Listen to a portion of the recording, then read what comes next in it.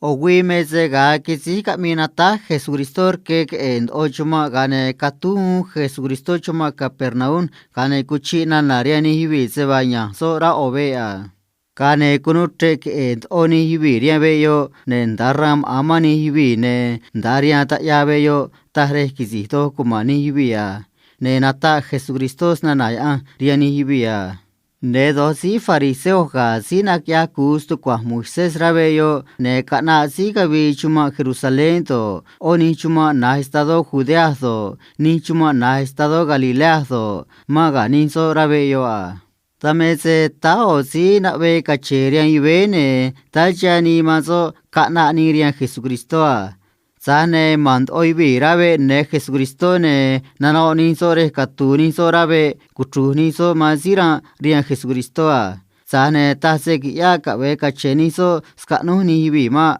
cheda kabi ninso rabe ne kaya ninso u rabe a Kane tinani ninso mazira rian Jesucristo a Kaken Jesucristo se va kuchuma usharani twizira yo se va kawe naunza so ki ya Jesucristo gane kata Jesucristo ria zira yo a nabi ka kun raso natino ta Jesucristo ria zo a ne kunoni si fariseo kunoni si na ya kusto kwa Moisés kunona na ka mi Jesucristo gane nuturani so nananya kadwi ni so a ta si mezinya ne a mi zo na navani ria anga Orui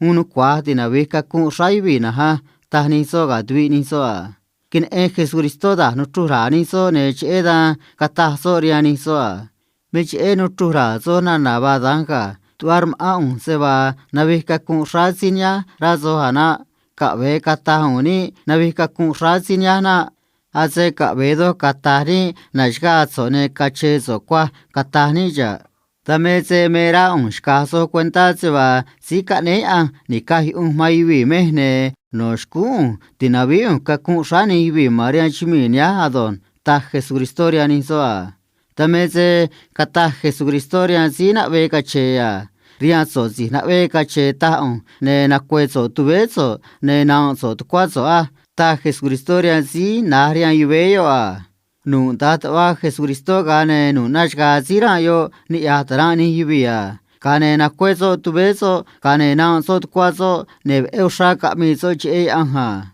Tamese ka angra tarani hibi marabe yo ne katahni hibia. Ni aushaba sunsa no kokin eni kwa adon. Ta shami nekin eni sunta hamadon. Tahni hibi yo a.